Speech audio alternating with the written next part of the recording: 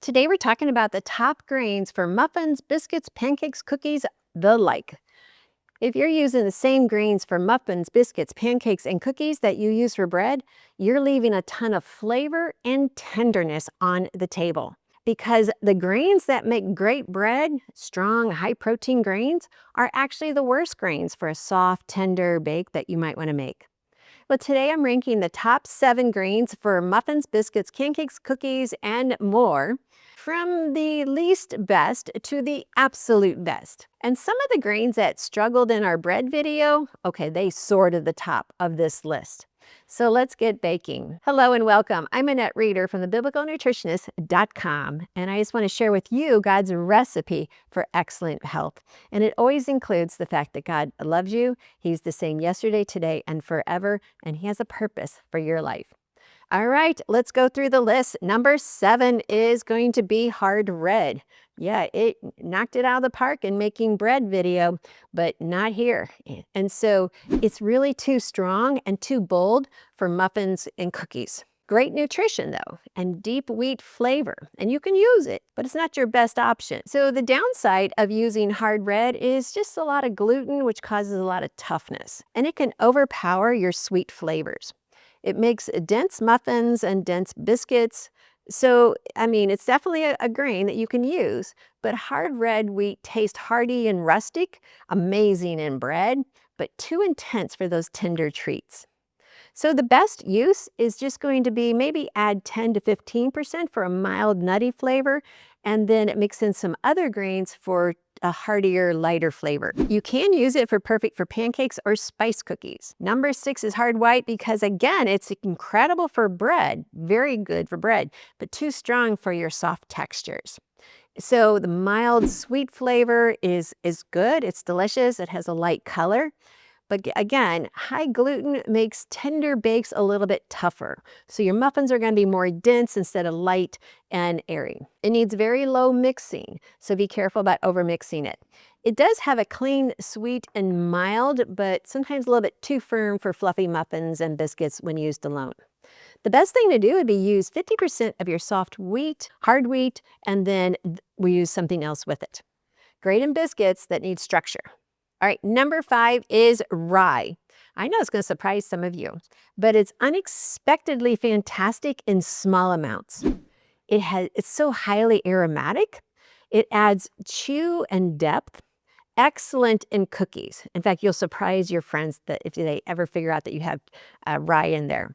But the downside is a little bit too earthy for delicate muffins. It's low gluten, and it can get a little gummy sometimes. But here's your foodie take for rye. Rye brings a molasses, dark caramel, and a little mystery. It's amazing in your ginger cookies. So go ahead and try that. Your chocolate cookies and your pancakes, it just adds a pizzazz that people are not expecting, but they're going to say, okay, something's really good in this. The best use would be 10 to 20% in your cookies or your pancakes, 5 to 10% in your muffins for flavor complexity. If you haven't already checked out my book, Satisfied, Baking with Whole Grain Goodness, this is a book that is definitely a perfect gift for anyone who's getting started freshly milling grain. It has some of my very favorite recipes for holidays, for every day, so many delicious recipes that I know your family's going to love. Please check out Satisfied, Baking with Whole Grain Goodness. Number 4 is Einkorn. And so this is just a good all-around grain. It's one of the most flavorful ancient grains for soft bakes. Now, the good side of using this is it's just naturally tender. It has a weaker gluten, which makes your baked goods more soft. Incredible honey butter flavor. And so that's just enough to say, okay, I love this. Now, the downside is it can get dense if it's not handled gently. Einkorn likes to be handled gently.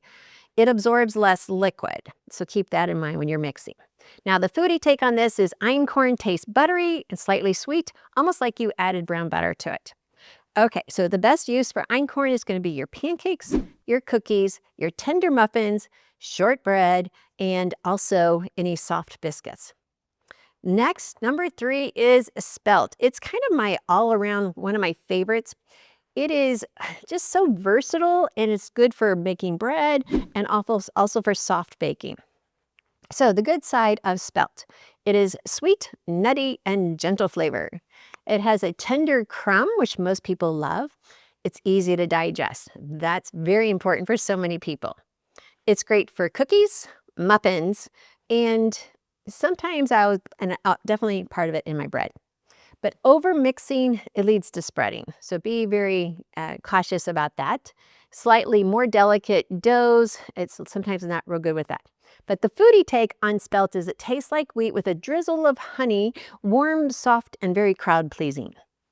The best use of Spelt is going to be 50% Spelt and 50% soft wheat, soft white wheat.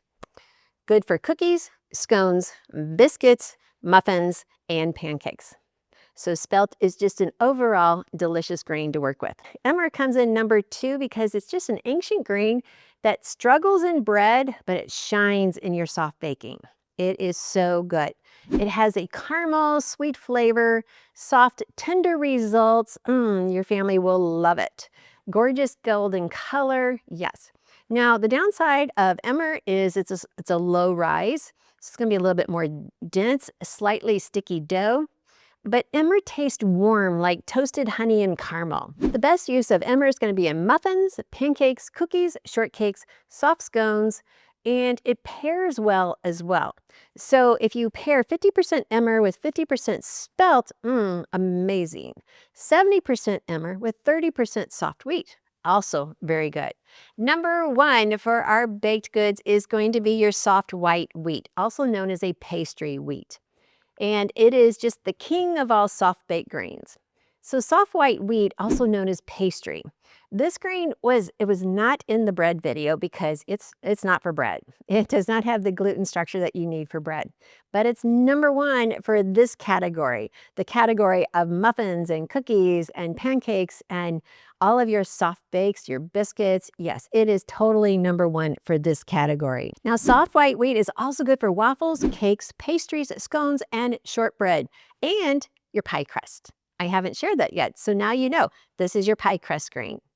Now, the downside of using soft white wheat is it's very low in gluten, but some of you would say, well, that's the good side. Right, because it gives us a maximum tenderness, a sweet, mild flavor, beautiful color.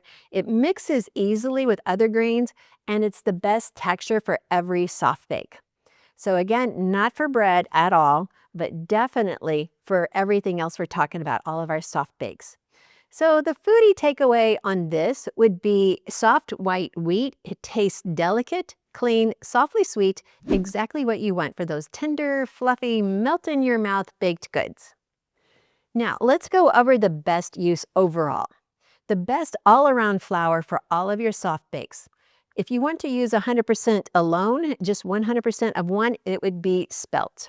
Spelt, Einkorn, or Emmer for flavor.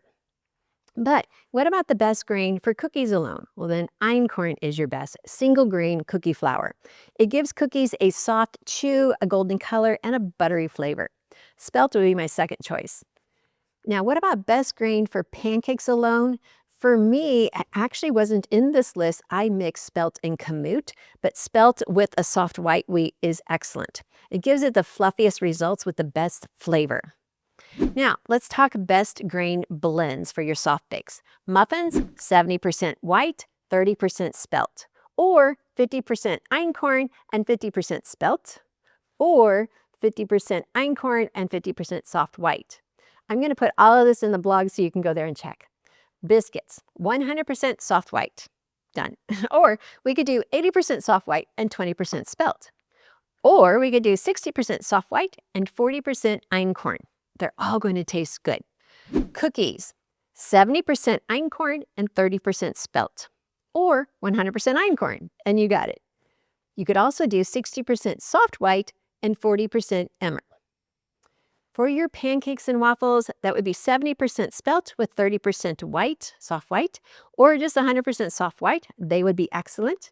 But if you want to add just a touch more flair to the flavor, 50% Einkorn and 50% soft white. Well, as I said, all of this is written in my blog. You could go there, and we made it as a download, but also in the blog you can read about it, and that's where you can get your questions answered.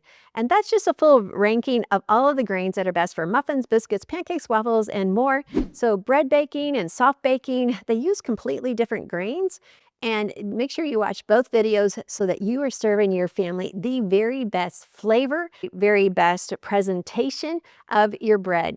Thanks for watching and happy baking. Remember, share this video with 3 of your friends and make sure you hit like, subscribe, and the bell so we can stay connected as the Biblical Nutritionist family. Thanks for watching. If you haven't already checked out my book, Satisfied, Baking with Whole Grain Goodness, this is a book that is definitely a perfect gift for anyone who's getting started freshly milling grain. And it includes not only some of the teaching in the beginning about the value of real grain and how God created it, but it has some of my very favorite recipes for holidays, for every day. So many delicious recipes that I know your family's going to love. So yes, it does have the basic bread recipe, but it has many more recipes so you can extend your idea of baking with a lot of good recipes. Please check out Satisfied, Baking with Whole Grain Goodness.